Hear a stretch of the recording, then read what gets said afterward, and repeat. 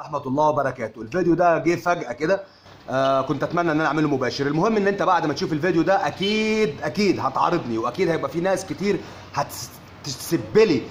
ابقى شوف فيديو ليا اسمه منى مسبوح تحرش كفيل، هتلاقيه على اليوتيوب وهتلاقيه على البيج بتاعتي على الفيسبوك، وبتكلم فيه عن التحرش وشايفه عامل ازاي يعني. لكن امبارح انا شفت بالصدفة موضوع كده، عرفت منه ان في حادثة تحرش وحاجه، وفيديو على اليوتيوب ان ولد في ميكروباص ومطلع زفته وبيعمل فعل ابن لذينه كده. المهم انا ما ركبش معايا الموضوع، كل المشكله ان انا لقيت ان كمان الناس بدات تهاجم اهله كده. المهم انا هتكلم في نقطتين. عايز اقول حاجه بس بالنسبه للموضوع ده، وجايز يكون كلامي غلط، ممكن يكون كلامي غلط 100%.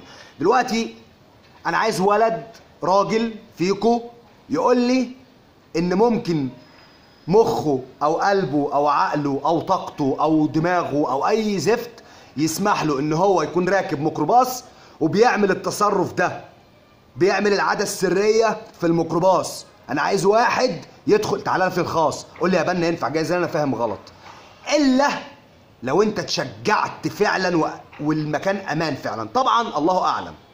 دلوقتي اللي حصل ان احنا بعد عرفنا في الحادثه دي، عرفنا مين ان في ولد تحرش ببنت، شفنا زفته، شفنا الناس اللي بتهاجمه، شفنا خطيبته اللي انتوا طلعتوا عين ابوها، شفنا امه، شفنا قرايبه، شفنا عيلته، شفنا كل الحاجات دي. لكن احنا ما شفناش ولا عرفنا البنت اللي اتحرش بيها. فين هي؟ فين البنت اللي اتحرش بيها؟ المفروض ان البنت دي من قمة خجلها، هو لما كان بيعمل كده هي ما قدرتش تصوت او تنادي لسواق الميكروباص او تعمل اي حاجه، بس قدرت انها تصور الفيديو. ما عنديش مشكله، جايز جدا يكون ده دماغك جابتك لكده، جايز. اللي مش جايز ان مش هي ما رفعتش الفيديو باسمها، هي اديته لحد يرفع لها الفيديو. طيب ليه؟ يعني انت خجوله لدرجه ان انت مش عايزه حد يعرف ان انت اللي رفعت الفيديو، تجرأتي وصورت الفيديو.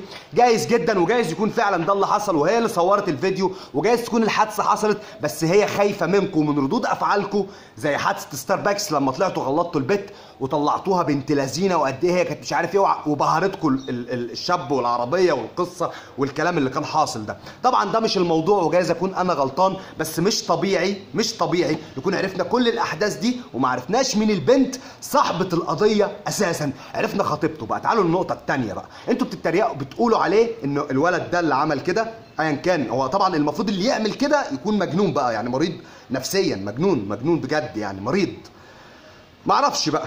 فالمهم ان انتوا قلتوا ان هو كان، بصوا هو يستاهل الفضيحه علشان هو كان مشاهر صوره بنت قبل كده، واحد معبط عليها والناس قعدت تقول له شيل الصوره، هو الزفت ما رضيش يشيل الصوره، فبتقولوا ربنا بيردها له. طب ما انتوا بتعملوا نفس اللي هو كان عامله. انتوا يا ريت كنتوا بتفرتكوه. هو المفروض هو يتحاكم قضائيا، يروح للقانون يحاكمه، لكن انتوا عملتوا بقى. احنا في قمه التطرف في كل حاجه. ده اسمه ارهاب. ده ارهاب على فكره، مش البندقيه بس ارهاب. ما ده ارهاب، ما ده تطرف. هو النقاب بس تطرف؟ هو الدقن تطرف؟ هو البندقيه بس اللي كل ده تطرف؟ ما كل ده تطرف. اقصى اليمين واقصى اليسار واقصى كل واحد انت مش معاه بقيت مسكته. خطيبته بتشتموا في خطيبته ليه؟ داخلين تهينوها ليه؟ هي ناقصه كسره وحرق الدم ووجع قلب، وامه ذنبها ايه؟ خطيبته ذنبها ايه؟ يا بنتي يا خطيبته، انا يا بنتي لا اعرفك ولا عمري شفتك ولا هشوفك يا بنتي. اقسم بالله انا بس قريت لك الكام كلمه دول في البوست، واحده قذره بتكلمك فيه وبتقول لك معرفش ايه ومصلحته صغيره وبتاع. انت مالك مصلحته صغيره ولا مصلحته كبيره؟ داخله تشتري قوطه مصلحته صغيره، انت مالك يا بنتي؟ شكلك من ردودك عليها وانت بتقولي لها طيب ومش عارف ايه وهنشوف وبعدين وطب خلاص، شكلك يا بنتي غلبانه، وشكلك يعني الموقف كسر عظمك. ربنا يكون في عونك يا بنتي، وباين عليك ان انت بني ادمه محترمه جدا جدا جدا.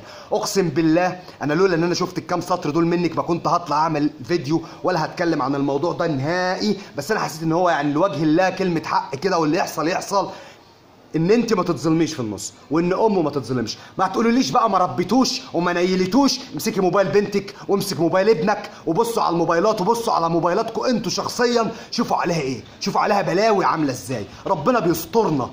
الواد غلط والواد عمل مصيبه، هنفترض تماما هو يعني هو في جميع الاحوال هو غلطان او مجنون، يعني لازم يكشفوا على اقوال عقليه، او يعني سواء هو اتغرغر بيه، سواء هو قذر وهو عمل الفعل القذر البشع ده، قلبه جابه يعني وشهوته جابته او للدرجات دي يعني، فهو يستاهل.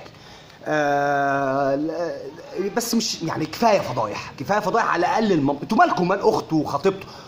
جبتوا كل الناس دي وما فكرتوش تشوفوا مين البنت اللي عملت كده؟ القضيه على مين اساسا، ومين اللي عمل ايه، ومين اللي سوى ايه؟ انا اسف جدا جدا ان انا كنت متعصب، واسف جدا ان انا اتكلمت في الموضوع ده. مالكوش دعوه باهله، مالكوش دعوه باهله، مالكوش، اتقوا الله يخرب بيوتكم، اتقوا الله، اتقوا الله، مالكوش دعوه باهله. ولو انت هتشكك فيا وتقول ده راجل ومتزمت وعنصري وبيحب التحرش، لا اتفرج على فيديو منى مسبوح تحرش كفيل، واتفرج انا بتكلم ازاي عن التحرش لو انت ما تعرفنيش. السلام عليكم.